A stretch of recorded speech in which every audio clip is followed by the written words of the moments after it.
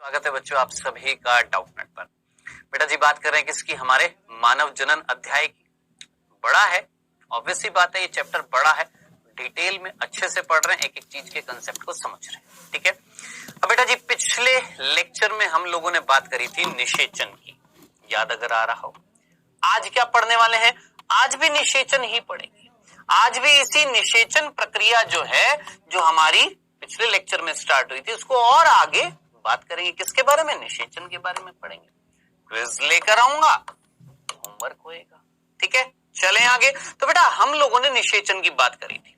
क्या था निषेचन, आपको याद आ रहा होगा कि जब शुक्राणु आते हैं, आ रहे हैं शुक्राणु, जिसमें से एक शुक्राणु अंडाणु को क्या करता है, भेदता है, ठीक है।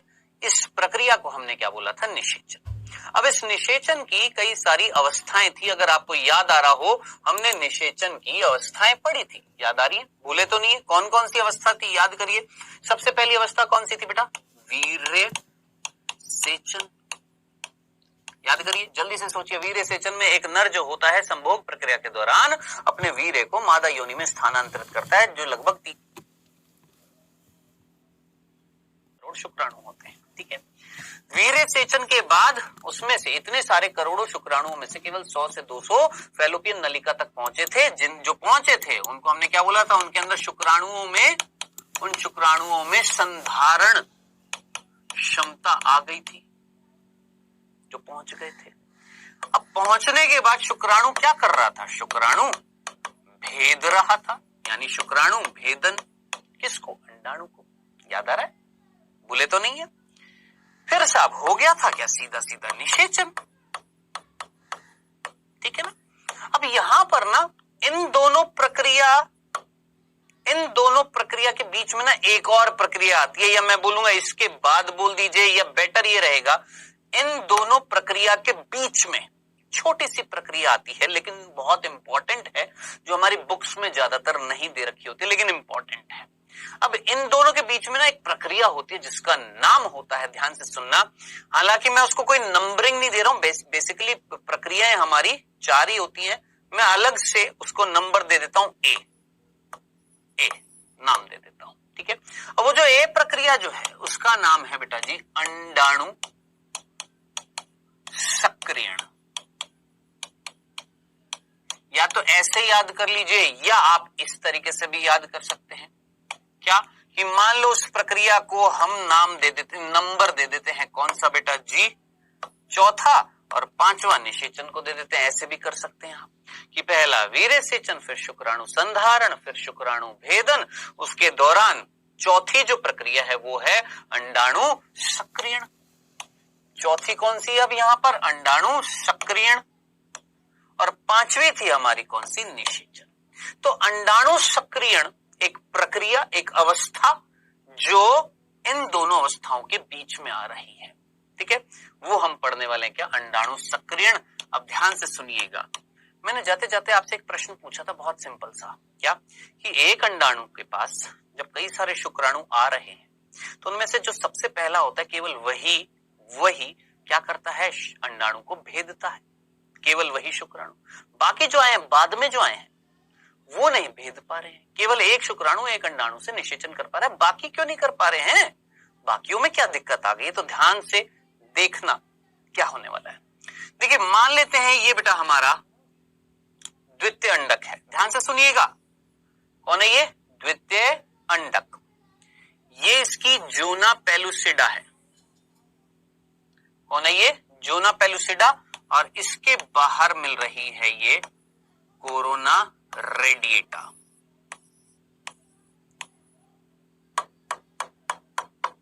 ध्यान से सुनिएगा, ये है कोरोना रेडिएटा,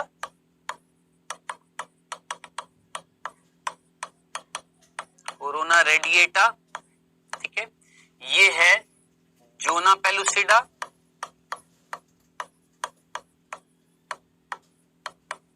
ठीक है, और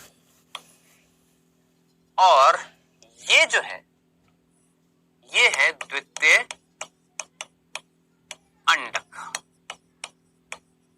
कौन है बेटा ये, द्वितीय अंडक, ठीक है। अब आप मुझे बताएं, द्वितीय अंडक और जोना पेलुसिडा के बीच में क्या खाली जगह दिखाई दे रही है? ध्यान से देखिए, क्या आपको द्वितीय अंडक और जोना पेलुसिडा के बीच में कोई खाली जगह दिखाई दे रही है? ये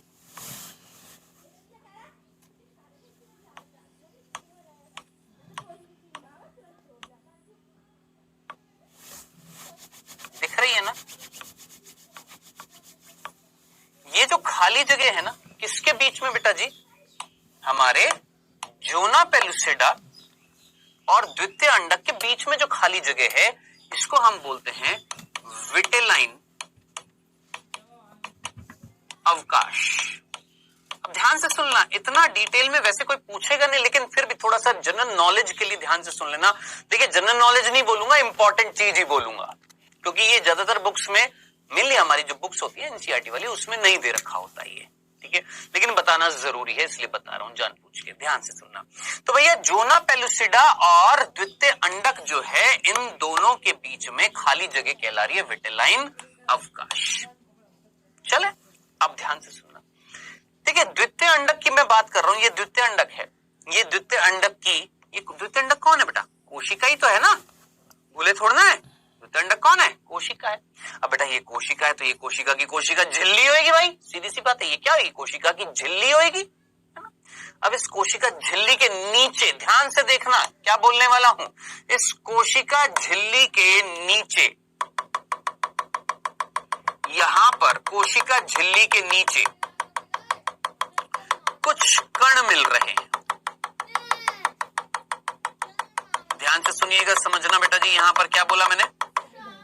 जो द्वितीय अंडक कोशिका है, उस कोशिका के अंदर, उसकी कोशिका झिल्ली के नीचे, यानी अंदर की तरफ, यहां पर कुछ कण मिल रहे हैं, और इन कणों को याद रखना बोला जाता है वलकुटीय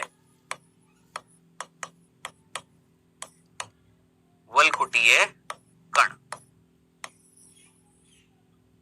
अब आप जरा सोच समझकर मुझे बताएं, वलकुटीय कण जो थे, ये जो वलकुटीय कण जो हैं, कहां मिल रहे हैं? सोचो, फिर से बता रहा हूं, फिर से देखना। मान लो ये द्वितीय अंडक है, अब समझना, मान लो ये द्वितीय अंडक है, ये द्वितीय अंडक का अगुणित केंद्रक है, ठीक है। अब ये कोशिका है ना भाई, इस कोशिका की ये कौन है? कोशिका झिल्ली है। इस कोशिका झिल्ली के नीचे मिल रहे हैं, कोशिका द्रव्य में मिल रहे हैं, कोशिका झिल्ली के पास में क्या कुछ कण मिल रहे हैं, जिनको हमने बोला है वलकुटीय कण।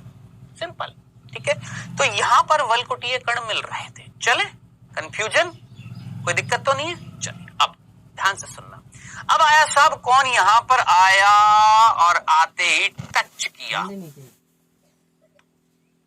पता नहीं क्या हुआ, अपने आप इसमें एक किसने टच किया भैया? शुक्राणु के टच करते ही, जरा जल्दी से सोच समझ कर मुझे बताएं, शुक्राणु के टच करते ही बात तो सुन, एक मिनट क्या हुआ था? जल्दी से सोचिए। शुक्राणु के टच करते ही क्या ये द्वितीय अंडक जो था अंडाणु में बदल गया था, और एक क्या बनी थी? याद करिए, द्वितीय ध्रुवीय पिंड बनेगा ना।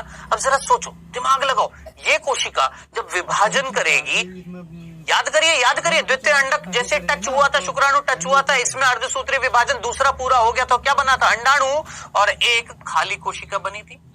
याद करिए, मतलब एक छोटी सी कोशिका बनी थी जिसका नाम क्या था? द्वितीय ध्रुवीय पिंड। याद आ रहा है? भूले तो नहीं है?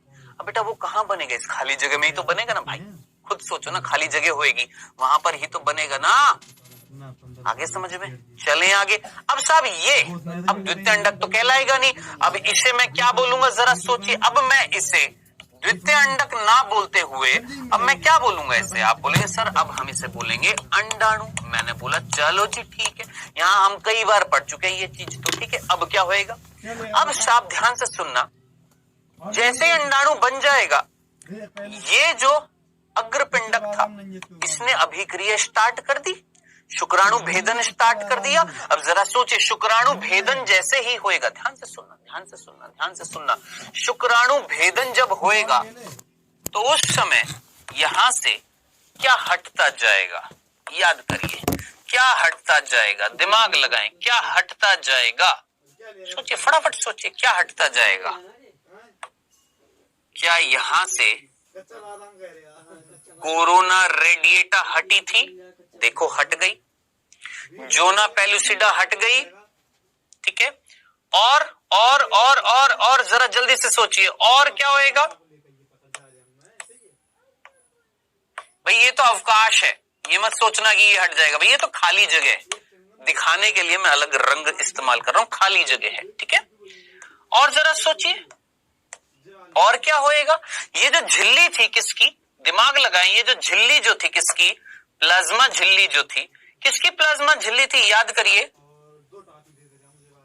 अंडाणु की, शुक्राणु से ले जाकर जोड़ी जा रही थी, और आपका अग्रपिंडक उसने पूरा कार्य कर दिया था, खत्म हो गया था, इसके एंजाइम खत्म हो गए थे। ये मैं आपको ऑलरेडी बता चुका हूं, पूरा बताया पिछले लेक्चर में ये सारी चीजें, ठीक है।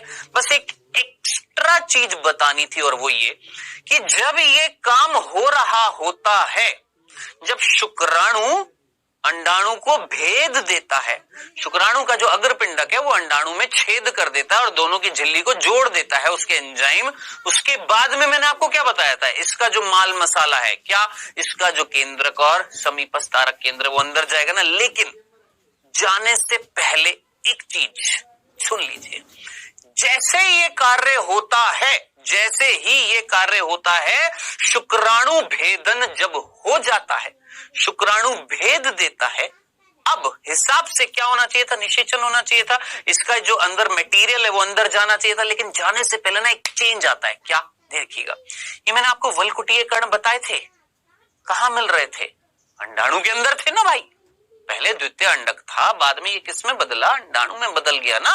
तो जरा सोचिए, ये वलकुटीय कण जैसे ही, ध्यान से सुनना, जैसे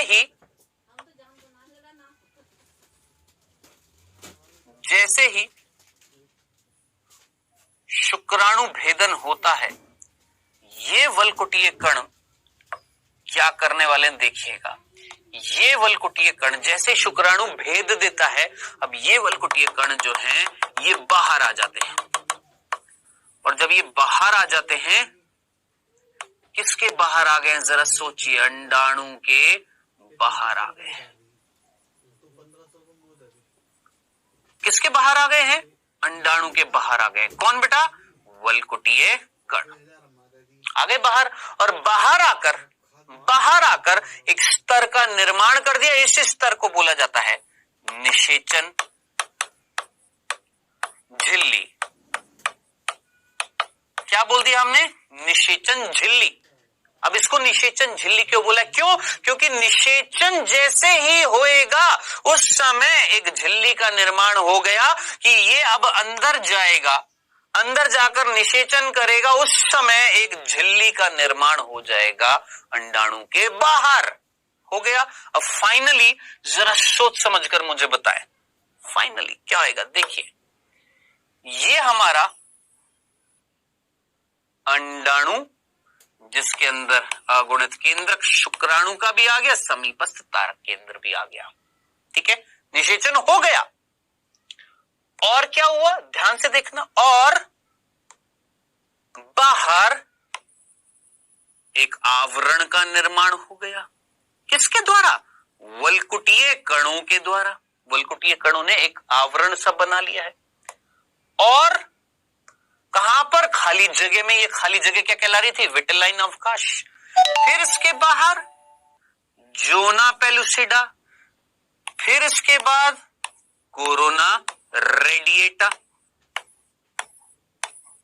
अब सोच समझकर मुझे आंसर देना बेटा, ये होने के बाद उस समय अगर कोई दूसरा शुक्राणु आता भी है, कौन, कोई दूसरा शुक्राणु अगर आता भी है, ध्यान से सुनना, कोई दूसरा शुक्राणु अगर आता भी है, उसका अग्रपिंडक एक्रोसोम सीधी सी बात है तोड़ने की कोशिश करेगा, कोरोना रेडिएटा को तोड़ेगा, जोना पेलुसिडा को तोड़ेगा, लेकिन उसके बाद एक आवरण मिल रहा है, एक कठोर आवरण मिल रहा है जो बनाया गया है किसके द्वारा?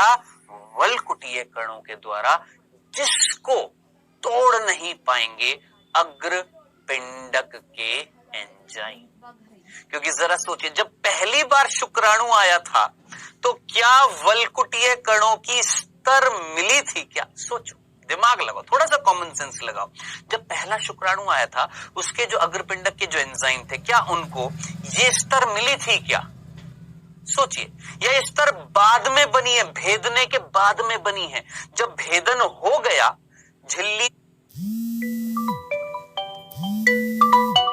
इनको तोड़ दिया गया, काट दिया गया, छेद कर दिया गया, दोनों के अंडाणु और शुक्राणु की झिल्ली को तोड़ दिया गया, उसके बाद बनी है ना कौन? ये वल्कुटीय कणों से झिल्ली। अब जरा सोचिए, कोई और शुक्राणु आएगा तो उसको एक अतिरिक्त झिल्ली मिल रही है, कौन सी? वल्कुटीय कणों की झिल्ली, जो दूसरे शुक्राणुओं को भेदने से क्या करेगी? ये झिल्ली, ये आवरण, वल्कुटीय आवरण भेदने से क्या करती है? रोकती है।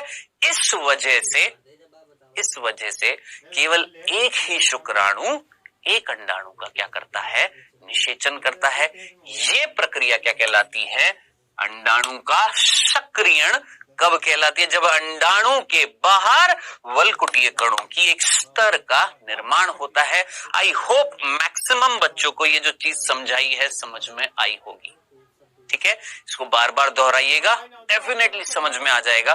बुक्स में नहीं दे रखा है लेकिन बताना जरूरी था कि काहे एक ही, क्यों सिर्फ एक ही शुक्राणु एक अंडाणु को भेद पाता है।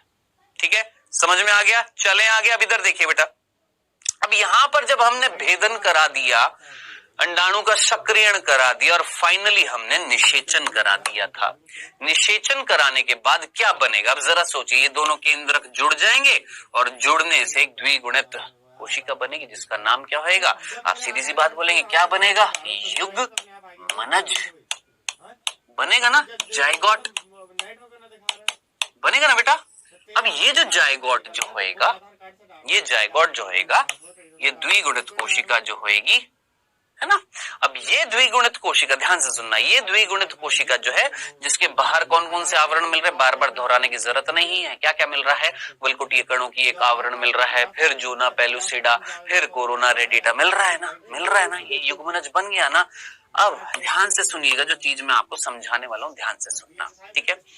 अब ये युग्मनज से मुझे बनाना है भ्रूण, यानी जायगोट जो है उससे मुझे क्या बनाना है? एम्ब्रियो, भ्रूण बनाना है। ठीक है, अब जायगोट से एम्ब्रियो जब मैं बनाऊंगा, जायगोट क्या है, युग्मनज क्या है? एक कोशिका। भ्रूण क्या है? हजारों कोशिकाएं होंगी, है ना। तो अब जरा सोचिए, एक कोशिका से हजारों कोशिकाएं बनानी है, करोड़ों कोशिकाएं बनानी है, भ्रूण बनाना है, तो कहीं ना कहीं इसमें विभाजन कराना पड़ेगा, विभाजन कराना पड़ेगा ना। यानी अब इसके बाद हम क्या पढ़ने वाले हैं, जरा सोचिए। इसके बाद जो चीज आ रही है वो आ रही है निषेचन पश्चात की अवस्थाएं। यानी किसके पश्चात की अवस्था बेटा? निषेचन के बाद की अवस्था है। निषेचन हो गया, अब क्या करना है भैया? जो युग्मनज बना है उस युग्मनज से भ्रूण बनाना है, यानी कहीं ना कहीं निषेचन के बाद की हम अब क्या पढ़ने वाले हैं? अवस्थाएं पढ़ने वाले। चले आइए ध्यान से देखना, इस डायग्राम को पहले एक बार देख लो। हालांकि इंग्लिश में है, हिंदी में कुछ शब्द मैं आपको बता देता हूं। जैसे यूट्रस आप जानते हैं गर्भाशय, एंडोमेट्रियम आपको बताया अंत्य गर्भाशय भित्ति, ओव्यूलेशन अंडोत्सर्ग, ये सारे शब्द इंग्लिश के भी बताए, हिंदी में भी बताए। ओवरी यानी अंडाशय, ठीक है। सेकेंडरी oocyte यानी द्वितीय अंडक, ठीक है।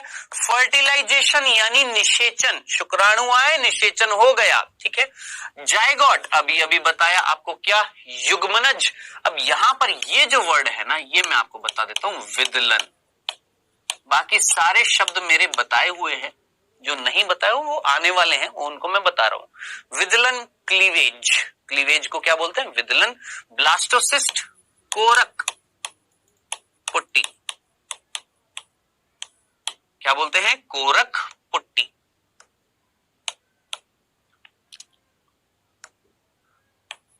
याद रखना, तो कोरक पुट्टी, ब्लास्टोसिस्ट, क्लीवेज, विदलन। अब अब ये जो डायग्राम है इसको अपने पास रखना, पहले पढ़ते हैं फिर इस डायग्राम को देखना, ठीक है। आइए बेटा, निषेचन पश्चात की अवस्थाएं देखने वाले हैं हम। यहां पर युग्मनज से, युग्मनज जो है उस युग्मनज से बनाने वाले हैं भ्रूण, यानी कहीं ना कहीं बनाने के लिए ये एक कोशिका है और ये करोड़ों कोशिकाएं हैं, यानी मुझे इस कोशिका में विभाजन कराना है, ठीक है। अब आप जानते हैं, ध्यान से सुनना, ये एक द्विगुणित कोशिका है। युग्मनज कैसी होती है? द्विगुणित। भाई शुक्राणु से जो केंद्रक आया अगुणित, अंडाणु के अंदर केंद्रक अगुणित, दोनों जुड़ जाएंगे तो द्विगुणित क्या बनेगा? युग्मनज बनेगा ना। अब बेटा ये है द्विगुणित कौन? युग्मनज। और जो भ्रूण है उस भ्रूण की जो जितनी भी कोशिकाएं होंगी उस भ्रूण की कोशिकाएं भी कैसी होंगी? द्विगुणित होंगी। आया समझ में क्या कहना चाह रहा हूं? फिर से सुनना, युग्मनज जो एक कोशिका थी द्विगुणित थी, ठीक है। और जो भ्रूण है, भ्रूण जो है उसकी जो कोशिकाएं हैं वो भी द्विगुणित है। यानी जरा सोचिए, युग्मनज से जब आप भ्रूण बनाओगे, जब विभाजन करोगे तो वो विभाजन कैसा होना चाहिए? समसूत्री के अर्धसूत्री? सोच समझकर मुझे बताइए। आप सीधा बोलेंगे सर समसूत्री। मेरे ख्याल से इतनी सी बात तो एक एक बच्चे को क्लियर हो गई होगी कि युग्मनज अगर द्विगुणित है और भ्रूण की कोशिकाएं भी द्विगुणित है, यानी गुण सूत्रों की संख्या क्या रह रही है? समान रह रही है विभाजन के दौरान, तो ऐसा विभाजन क्या कहलाता है? समसूत्री विभाजन कहलाता है ना। लेकिन अब ध्यान से सुनना जो मैं आगे चीज बताने वाला हूं, देखिएगा बेटा। समसूत्री विभाजन की अगर मैं आपको बात बताऊं तो आपने 11th क्लास में पढ़ी है, फिर मैं वापस से बता रहा हूं। देखो ये एक कोशिका है जो द्विगुणित है, इसमें मैंने समसूत्री विभाजन कराया तो कहीं ना कहीं दो कोशिकाएं बनती है और दोनों छोटी हो जाती हैं, लेकिन केंद्रक उतना ही रहता है। याद रखना इस चीज को, जितना जनक में जितना बड़ा केंद्रक था उतना ही बड़ा केंद्रक पुत्री कोशिका में भी होएगा, क्योंकि इसके अंदर अगर द्विगुणित गुणसूत्र है तो यहां पर भी द्विगुणित होंगे। तो कम क्या हुआ? कोशिका द्रव्य। कम कौन हो गया? कोशिका द्रव्य। ये तो हो गया विभाजन, जिसको हम गुणन भी बोल सकते हैं। अब हिसाब से दोनों कोशिकाओं को क्या करना चाहिए? आप बोलेंगे सीधा सीधा सर इन कोशिकाओं को क्या करना चाहिए? वृद्धि करनी चाहिए। क्या करनी चाहिए? वृद्धि। पढ़ा ना भैया, 11th क्लास में आया ना बाबू ये कि पहले कोशिका विभाजन करती है, दो समसूत्री विभाजन जब करती है तो पहले क्या करती है? दो कोशिकाएं बनाती है। दोनों कोशिकाओं में गुणसूत्रों की संख्या उतनी होती है जितनी जनक कोशिका में थी, तो समसूत्री विभाजन है। और ये दोनों कोशिकाएं छोटी हैं, अब ये क्या करती हैं? वृद्धि करती हैं। अब जरा सोचिए, ये कोशिकाएं बिल्कुल जनक जैसी तैयार हो गई, अब वापस से क्या करेंगी? विभाजन करेंगी, फिर दो छोटी कोशिकाएं बनाएंगी, फिर क्या बनाएंगे? दो छोटी कोशिकाएं बनाएंगी, फिर वो वापस से वृद्धि करेगी। तो ये प्रक्रिया चलती रहेगी ना, चलती रहेगी ना। अब आप मुझे बताना, मैं आपको जो चीज समझाने वाला हूं ध्यान से सुनना। देखिए ये एक कोशिका, ठीक है, इस कोशिका ने विभाजन किया, दो कोशिकाएं बनाई और दोनों कोशिकाओं के अंदर गुणसूत्र की संख्या उतनी है जितनी जनक में है। याद रखना, यानी है तो ये भी समसूत्री विभाजन। लेकिन अब ध्यान से सुनना, ये दोनों कोशिकाओं ने वृद्धि नहीं की। क्या बोला मैंने? इन दोनों कोशिकाओं ने वृद्धि नहीं करी, ठीक है। यानी ये वाली अवस्था यहां नहीं आई, केवल क्या हुआ? गुणन हुआ।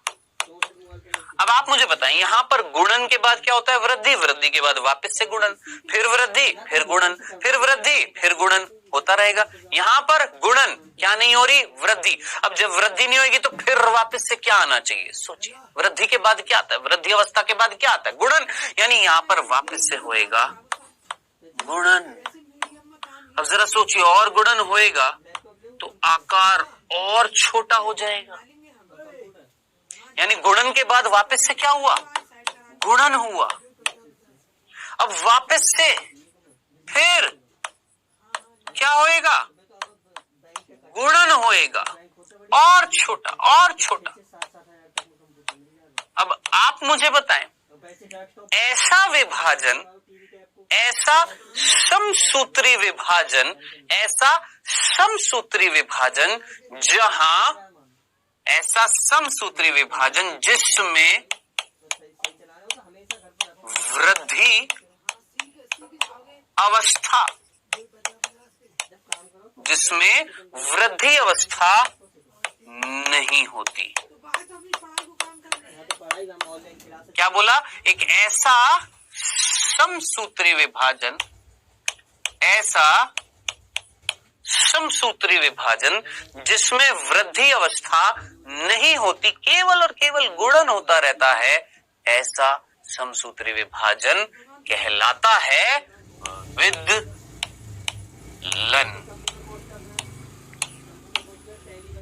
क्लीवेज, याद रखना, भूल मत जाना, क्या कहलाता है? विदलन या क्लीवेज। तो आपसे कोई पूछे विदलन और सामान्य समसूत्री विभाजन में क्या अंतर था, तो आप बोलेंगे जो सामान्य समसूत्री विभाजन होता है उसमें विभाजन के बाद यानी गुणन के बाद में वृद्धि करती है कोशिकाएं, लेकिन विदलन जो होता है ये एक प्रकार का है तो समसूत्री विभाजन। क्यों? क्योंकि यहां पर भी गुणसूत्रों की संख्या तो समान रहेगी, यहां पर द्विगुणित है तो इनमें भी द्विगुणित है, लेकिन यहां पर इसमें वृद्धि नहीं करती हैं क्या कोशिकाएं, ऐसा विभाजन क्या कहलाता है? आपका विदलन। समझ में आ गया? क्लियर है? अभी तक देखना, ध्यान से देखना बेटा, ये एक कोशिका, ठीक है, और ये एक कोशिका दिख रही है आपको? दिख रही है? अब इधर देखना,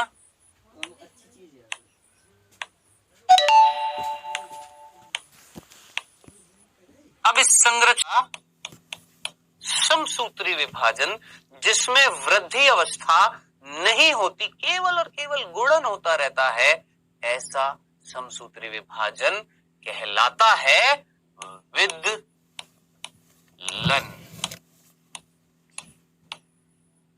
क्लीवेज, याद रखना, भूल मत जाना, क्या कहलाता है?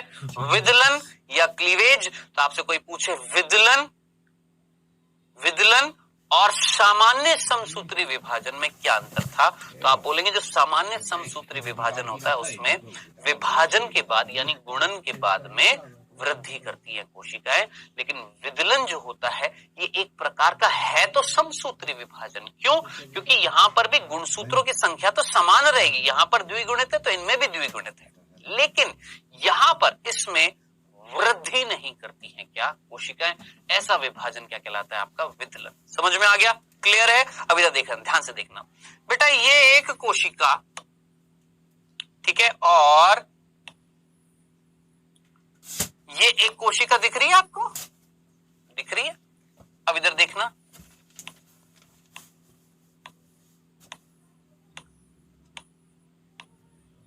अब इस संरचना को देखो,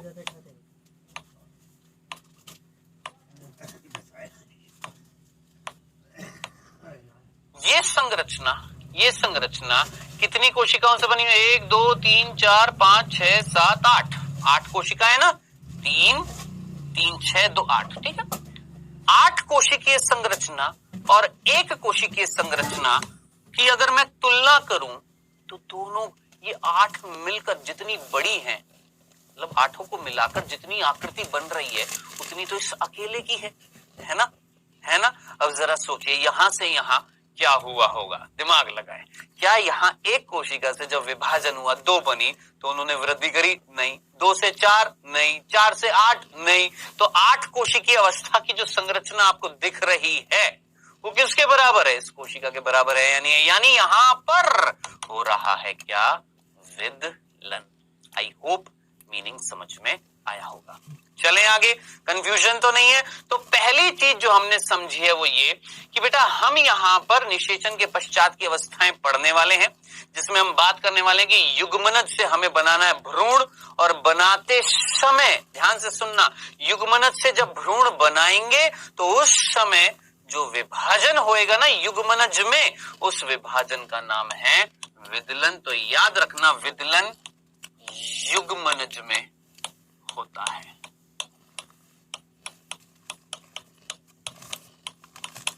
ठीक है, अब सुनना, अभी खत्म थोड़ा ना हुआ, अब ध्यान से देखना जो मैं आगे चीज बताने वाला हूं, ध्यान से सुनना। देखिए बेटा जी, यहां पर ध्यान से देखिएगा, जो चीज मैं आपको आगे समझाने वाला हूं देखिएगा, ध्यान से सुनना।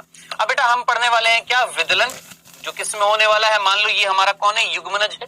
कौन है बेटा? ये युग्मनज। ये युग्मनज था, इससे विदलन हुआ, 2 कोशिकाएं बनी। अब इतना थोड़ा सा कॉमन सेंस लगा लिया, दोनों कोशिका जितनी बड़ी होंगी उतनी ही अकेली है, ठीक है। अब 2 से कितनी बनेंगी? 4।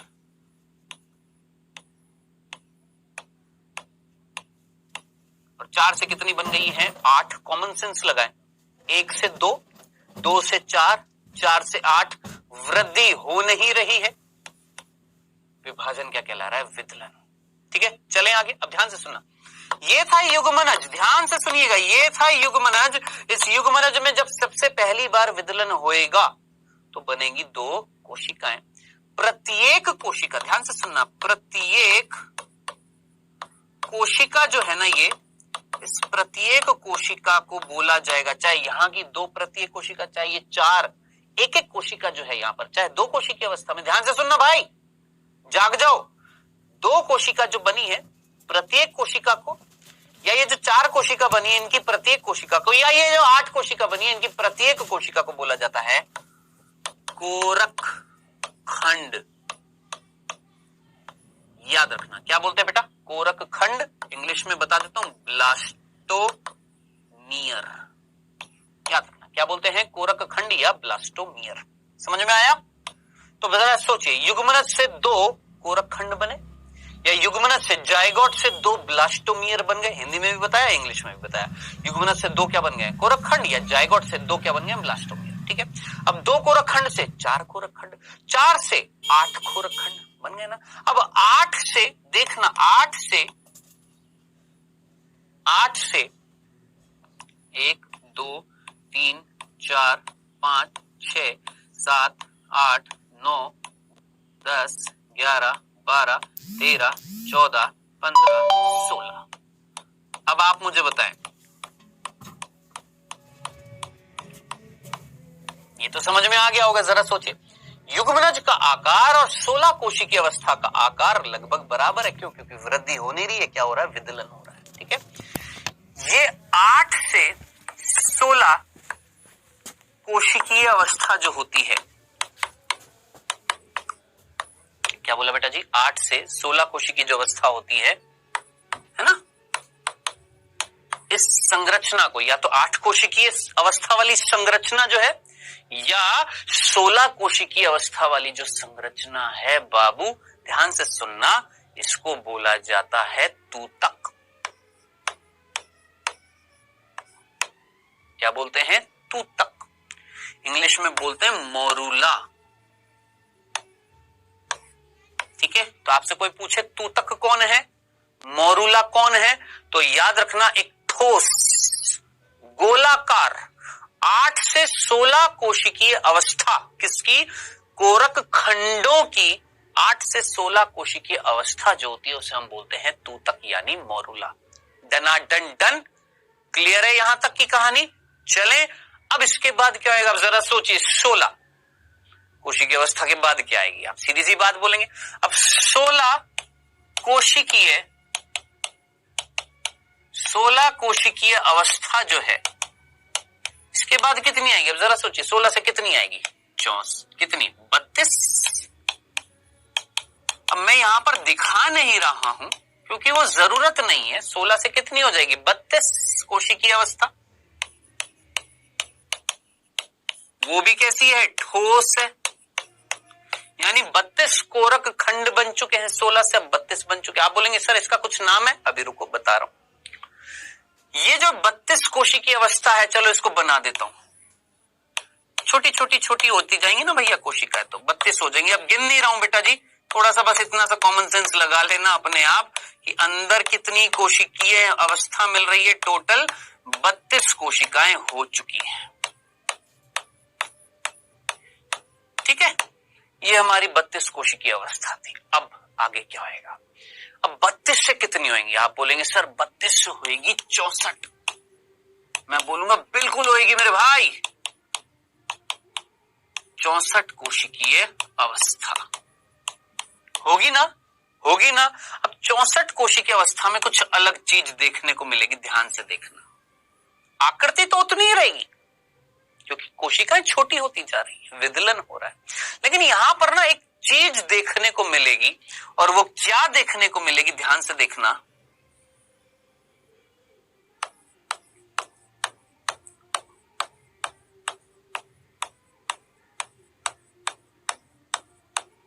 एक खाली जगह का निर्माण होएगा अंदर। कोशिकाएं छोटी होती जा रही हैं क्योंकि विदलन हो रहा है, ठीक है। और ध्यान से सुनिए, क्या ये ठोस थी या नहीं थी? आप बोलेंगे हाँ सर ठोस थी। अंदर कुछ खोखलापन था क्या? क्या इस संरचना में अंदर कोई खोखलापन है? नहीं, भरी पड़ी है, ठुसी पड़ी है क्या कोशिका। लेकिन यहां पर जरा सोचिए, एक खाली जगह है या नहीं है ये? आप बोलेंगे हाँ।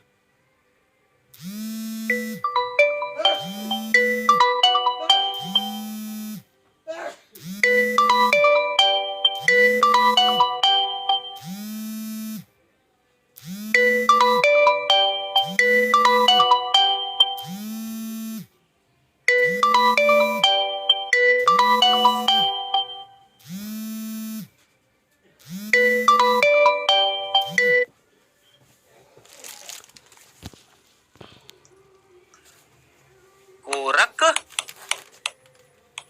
गुहा जो खाली जगह थी, इस 64 कोशिकीय अवस्था में कोरक गुहा, एक खाली जगह का निर्माण हुआ जिसको हम इंग्लिश में बोलते हैं ब्लास्टोसील।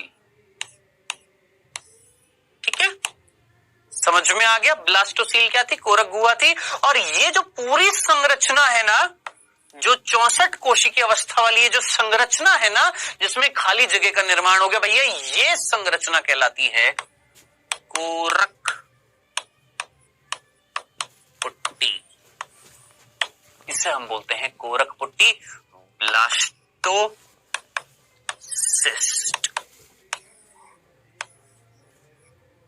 क्या बोलते हैं? कोरक पुट्टी, ब्लास्टोसिस्ट। अब सोच समझकर मुझे बताएं, क्या मैंने आपको पीछे एक डायग्राम दिखाया था? क्या मैंने इस डायग्राम में 2 वर्ड बताए थे या नहीं बताए थे? देख लीजिए, विदलन और कोरक पुट्टी। बोला था आएगा, और आ गया। विदलन समझाया? हाँ बिल्कुल समझाया। कईयों को समझ में आया होगा, मेरे ख्याल से जितना मेरे अंदर क्षमता है, कैपेसिटी है समझाने की, मैंने अपनी तरफ से 100% दिया आपको समझाने का। विदलन 100% कोशिश करी मैंने अपनी तरफ से कोरक पुट्टी समझाने की। ठीक है, ये मैंने आपको बता दी है कोरक पुट्टी, जो 64 कोशिकीय अवस्था थी, जो ठोस नहीं है, इसके अंदर एक खाली जगह का निर्माण हो गया जिसका नाम है कोरक गुहा, ब्लास्टोसील। और इस संरचना को हमने बोला कोरक पुट्टी यानी ब्लास्टोसिस्ट। अब बेटा जरा जल्दी से मैं एक बार फटाफट रिवाइज करा देता हूं, ध्यान से देखना, जल्दी से देखना। देखिए, मैंने आपको बताया कि हमने निषेचन, देखिए फटाफट रिवीजन करा रहा हूं मैं जल्दी से। मैंने आपको बताया कि कहीं ना कहीं निषेचन होने के बाद युग्मनज बना, उस युग्मनज से मुझे बनाना है भ्रूण। भ्रूण बनाने के लिए एक कोशिका से बहुत सारी कोशिकाएं बनानी है तो करना पड़ेगा विभाजन। कौन सा? समसूत्री, क्योंकि गुणसूत्रों की संख्या समान रखनी है। लेकिन एक विशेष प्रकार का समसूत्री विभाजन हुआ। कैसा? एक ऐसा समसूत्री विभाजन जिसमें कोशिका विभाजन के बाद में, कोशिका के गुणन के बाद में कहीं ना कहीं वृद्धि अवस्था नहीं आ रही। जब नहीं आएगी तो केवल गुणन होता रहेगा, गुणन होता रहेगा, गुणन होता रहेगा, तो कोशिकाओं का आकार छोटा होता रहेगा, छोटा होता रहेगा। ऐसा विभाजन क्या कहला रहा था? विदलन कहला रहा था। हमने ये इसको नाम दिया इंग्लिश में क्लीवेज। तो भैया ये एक युग्मनज, इससे 2 कोशिकाएं बनी विदलन से। ठीक है, इन दोनों कोशिका को हमने, प्रत्येक कोशिका को नाम दिया कोरक खंड। 2 कोरक खंड से 4 कोरक खंड, ये भी कोरक खंड, ये भी कोरक खंड, ये भी कोरक खंड, ये भी कोरक खंड, 4 कोरक खंड। 4 से 8 कोरक खंड, 8 से 16 कोरक खंड, 8 से 16 कोरक खंडों वाली कोशिकाएं ना, ये 8 से 16 कोरक खंड वाली, ये जो कहते हैं इम्प्लांटेशन। अब क्या होता है? सीधे सीधे शब्दों में बोल रहा हूं, क्या? ध्यान से सुनना। जब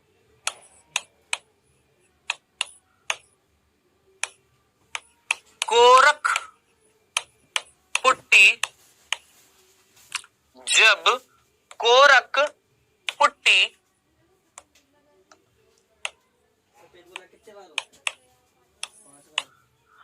कोरक पुट्टी यानी कौन,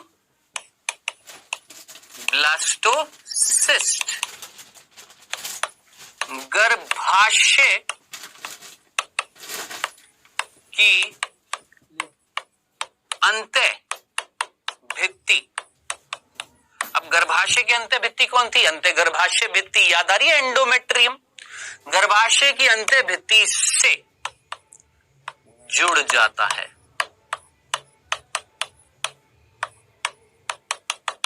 तो वो प्रक्रिया कहलाती है अंतःरोपण। रोपण का मतलब ही क्या होता है, किसी चीज का जुड़ना। तो आपसे कोई पूछेगा अंतःरोपण का मतलब, तो साफ साफ सीधे शब्दों में याद रखना, अंतःरोपण इम्प्लांटेशन का मतलब क्या, कि जब ब्लास्टोसिस्ट जाकर चिपक जाता है, जब कोरक पुट्टी जाकर जुड़ जाती है किससे, गर्भाशय की अंदरूनी भित्ति से, इस प्रक्रिया को बोला जाता है इम्प्लांटेशन यानी अंतःरोपण। तो मैंने जो ये डायग्राम दिखाया था, इस डायग्राम में जरा देखिए, क्या यहां पर ब्लास्टोसिस्ट लिखा हुआ है, यहां पर ब्लास्टोसिस्ट लिखा हुआ है, यहां पर भी, लेकिन यहां पर इंग्लिश में लिखा हुआ है लेट। लेट का मतलब बाद में, यानी ये जो कोरक पुट्टी जो है वो बाद में, कोरक पुट्टी जो है वो जाकर चिपक रही है किससे, गर्भाशय की अंदरूनी भित्ति से। ये प्रक्रिया क्या कहलाती है बेटा जी, आपकी अंतःरोपण कहलाती है। तो मेरे ख्याल से अंतःरोपण का मीनिंग समझ में आ गया होगा। अब लास्ट चीज बता रहा हूं, अंतःरोपण का मीनिंग अगर समझ में आ गया हो तो आपसे पूछा जाएगा अंतःरोपण निषेचन के कितने दिनों बाद होता है, निषेचन के कितने दिन बाद होता है।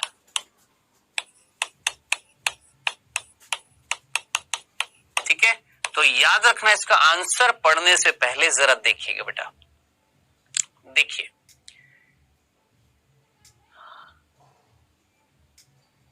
ध्यान से सुनना। लगभग युग्मनज से जो ये दो कोरक खंड बने थे, लगभग 24 घंटे बाद, यानी लगभग एक दिन, दूसरा दिन, तीसरा दिन, चौथा दिन। चौथे दिन पर क्या बन गया था, 16 कोशिकीय अवस्था। फिर से बोलूं, फिर से देखो, मान लो निषेचन हुआ यहां पर, आज हुआ है, आज कितने बजे, मान लो आज शाम को 5 बजे निषेचन हुआ। ठीक है, 5 बजे निषेचन से क्या बन चुका है, आज 5 बजे युग्मनज बन गया। ठीक है, अब कल 5 बजे यानी आज से कल 24 घंटे बाद, लगभग एक दिन बाद 2 कोशिका, 2 दिन बाद 4 कोशिका, 3 दिन बाद 8 कोशिका, 4 दिन बाद 16 कोशिका। ठीक है, 5 दिन बाद 32 कोशिका, 6 दिन बाद 64 कोशिका, लेकिन 7वें दिन पर ये खाली जगह आ जाएगी। तो यहां से यहां 2 दिन लग जाते हैं, एक तरीके से मैं बोलूं, ठोस से खोखलापन आने में और 32 से 64 आने में कितने दिन लग रहे हैं, 2 दिन, यानी टोटल कितने दिन हो चुके हैं, 7 दिन हो गए हैं। 7 दिन बाद ये 64 कोशिकीय अवस्था बनी है जो अंदर से खोखली है, जिसको हमने बोला है कोरक पुट्टी। ये 7 दिन बाद जाकर जुड़ रही है गर्भाशय की अंतः भित्ति से, यानी अंतःरोपण हो रहा है निषेचन के 7 दिन बाद। मतलब ऐसा फिक्स्ड नहीं है, 7 से वो 8 भी हो सकता है, 7 से वो थोड़ा कम भी हो सकता है, लेकिन औसतन जो हम बोलते हैं वो ये बोलते हैं कि 1 हफ्ते बाद, निषेचन के 1 हफ्ते बाद क्या हो जाता है, अंतःरोपण हो जाता है, इम्प्लांटेशन हो जाता है। किस संरचना हुआ होता है मैंने आपको बता दिया है। अब आज हम इतना ही पढ़ेंगे, समय हो गया है किस चीज का बेटा जी, 1 मिनट रिवीजन, यानी जल्दी से मैं आपको बता देता हूं आज हमने क्या पढ़ा। देखिए हमने पढ़ा था क्या, निषेचन की जो अवस्थाएं थी, जिसमें से एक अवस्था बतानी जरूरी थी, कौन सा था, अंडाणु का सक्रियण, जो मैंने आपको बताया कि शुक्राणु भेदन जब होता है, जब सबसे पहला शुक्राणु भेदता है, उसी समय कहीं ना कहीं जो वल्कुटीय कण जो होते हैं, जो अंडाणु के अंदर मिल रहे थे, वो बाहर आ जाते हैं, स्तर बना लेते हैं, जो दूसरे शुक्राणु को भेदने से रोकते हैं। फिर हमने बात करी यहां पर युग्मनज जो बना है उससे युग्मनज से कहीं ना कहीं जब आप भ्रूण बनाएंगे तो विभाजन कराना पड़ेगा, वो विभाजन विदलन कहला रहा था। हमने 1 से 2, 2 से 4, 4 से 8, 8 से 16, 16 से 32, 32 से 64 कोशिकीय अवस्था बना दी है, कोरक पुट्टी का निर्माण कर दिया। वो कोरक पुट्टी जाकर जुड़ गई है किससे? गर्भाशय की अंदरूनी भित्ति से। अब इसके बाद क्या आएगा अभी बताऊंगा, लेकिन अभी समय है किसका? क्विज का। तो पहला प्रश्न आपकी स्क्रीन पर आता हुआ फर्स्ट, एक बार वीर्य सेचन करने पर कितने शुक्राणु मादा योनि में आते हैं? सोच समझकर मुझे बताएं। एक बार जब वीर्य सेचन होता है तो लगभग कितने शुक्राणु मादा योनि में आते हैं? सोचिए, बताया हुआ है आपको। पहला 5 से 6 करोड़, दूसरा 50 से 60 करोड़, तीसरा लगभग 30 से 40 करोड़, चौथा लगभग 1 से 2 करोड़। सोचिए, जल्दी से आंसर दीजिए, फटाफट आंसर दीजिए। चलिए नेक्स्ट क्वेश्चन, किस संरचना का अंतःरोपण मादा गर्भाशय में होता है? कौन सी संरचना थी जो जाकर जुड़ रही थी मादा के गर्भाशय में? सोचिए, पहला तूतक, दूसरा कोरक खंड, तीसरा कोरक पुट्टी, चौथा युग्मनज। ये तो कर लेंगे, दोनों ही कर लेंगे, जरा जल्दी से करिए।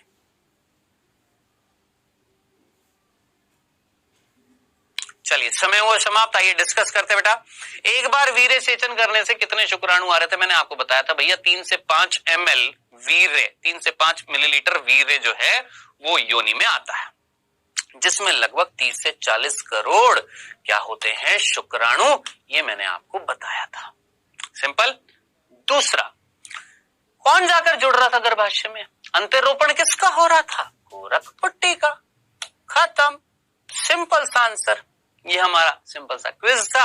अब है बेटा जी आज का होमवर्क। ये सिंपल से आपके 3 प्रश्न हैं, जरूर करिएगा, किसी भी हालत में करिएगा, पक्का करिएगा। अब हम जब नेक्स्ट लेक्चर में मिलेंगे तो किसकी बात करेंगे? जरा सोचिए, हम लोगों ने कोरक पुट्टी को जोड़ दिया है किससे? अंतःगर्भाशय भित्ति से। जैसे ही अंतःरोपण हो जाता है, अब वो महिला, वो स्त्री क्या कहलाएगी? प्रेग्नेंट, यानी उसने गर्भ धारण कर लिया है, यानी ये अवस्था क्या कहलाएगी? सगर्भता। अब सगर्भता जब आ जाएगी, वो लड़की, वो स्त्री, वो महिला, वो लेडी जो है या वो फीमेल जो है जिसने गर्भ धारण कर लिया, यानी अब वो क्या कहलाएगी? सगर्भता। स्थिति क्या कहलाएगी? सगर्भता, जिसमें अब भ्रूण का क्या होएगा? विकास होएगा, जो हम पढ़ेंगे अब नेक्स्ट लेक्चर में। तो मिलेंगे नेक्स्ट लेक्चर में। Okay then, tata bye bye, take care.